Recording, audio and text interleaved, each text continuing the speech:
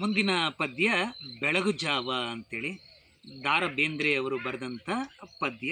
ಭಾಳ ಚಿಕ್ಕದಾದ ಪದ್ಯ. ಸೂರ್ಯೋದಯದ ವರ್ಣನೆಯನ್ನು ಹೇಳ್ತಾ ಹೇಳ್ತಾ ಮನುಷ್ಯನ ಜೀವನದ ಏರುಗತಿಯನ್ನು ಹೇಳುತ್ತೆ. ಅಂದರೆ ಇಲ್ಲಿ ಸೂರ್ಯ ಹುಟ್ಟುವಾಗ ಮನುಷ್ಯನ ಜನನ, ಸೂರ್ಯಾಸ್ತ ಮನುಷ್ಯನ ಮರಣ, ಈ ಸ್ಥಿತಿಯನ್ನು ಇಟ್ಕೊಂಡು ಈ ಕವಿತೆ ಚರ್ಚೆನ ಮಾಡುತ್ತೆ. ಆ ವಿಷಯ ಒತ್ತಟ್ಟಿಗಿರಲಿ. ಇಲ್ಲಿ ನಿಮಗೆ ಭಾಳ ಮುಖ್ಯವಾಗಿ ಕೇಳೋದು, ಬೆಳಕು ಬೇಟೆಗಾರ ಹೇಗೆ ಬರುತ್ತಾನೆ ಅಂತೇಳಿ ಪದೇ ಪದೇ ರಿಪೀಟೆಡ್ ಆಗುವಂಥ ಪ್ರಶ್ನೆ. ಮೂಡಣ ದಿಕ್ಕಿನಲ್ಲಿ ಸೂರ್ಯ ಹುಟ್ಟಿದ್ದಾನೆ. ಕತ್ತಲು ಮತ್ತು ನಕ್ಷತ್ರ ಎಲ್ಲ ಜಾರಿ ಹೋಗಿದೆ. ಸೂರ್ಯನ ಕಿರಣಗಳು ಗುಡಿಗೋಪುರದ ಮೇಲೆ ಬಲೆಯನ್ನು ಬೀಸಿ ಬೆಳಕಿನ ಬೇಟೆಗಾರ ಬರ್ತಾ ಇದ್ದಾನೆ.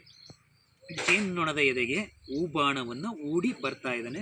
ಅಂದರೆ ಇಲ್ಲಿ ದುಂಬಿಗಳು ಜೇನನ್ನು ಹೂವನ್ನು ಹುಡುಕೊಂಡು ಹೋಗ್ತಾ ಇಲ್ಲ, ಹೂಗಳೇ ದುಂಬಿಯ ಬಳಿ ಬರ್ತಾ ಇದ್ದಾವೆ ಅಂತೇಳಿ ಕವಿ ಕಲ್ಪಿಸ್ಕೊಂಡು ಹೇಳುವಂಥ ಪದ್ಯ. ಇದು ಭಾಳ ಸರಳವಾಗಿರುವಂಥ ಪದ್ಯ. ಬೆಳಕಿನ ವರ್ಣನೆಯನ್ನು ಇಟ್ಕೊಂಡು ಈ ಪದ್ಯಕ್ಕೆ ಸಂಬಂಧಪಟ್ಟಂತೆ ಏನಾದರೂ ಪ್ರಶ್ನೆಗಳು ಬಂದರೆ ಅದ್ರ ಮೇಲೆ ನೀವು ಆನ್ಸರ್ನ ಡೆವಲಪ್ ಮಾಡುವ ಪ್ರಯತ್ನ, ಒಂದು 2-3 ಲೈನುಗಳನ್ನ ಅದಕ್ಕೆ ಭಾಳ ಸಂಬಂಧ ಇರುವಂಥ ಉತ್ತರಗಳನ್ನ ಬರೆಯುವಂಥ ಒಂದು ಪ್ರಯತ್ನವನ್ನು ಮಾಡಿ.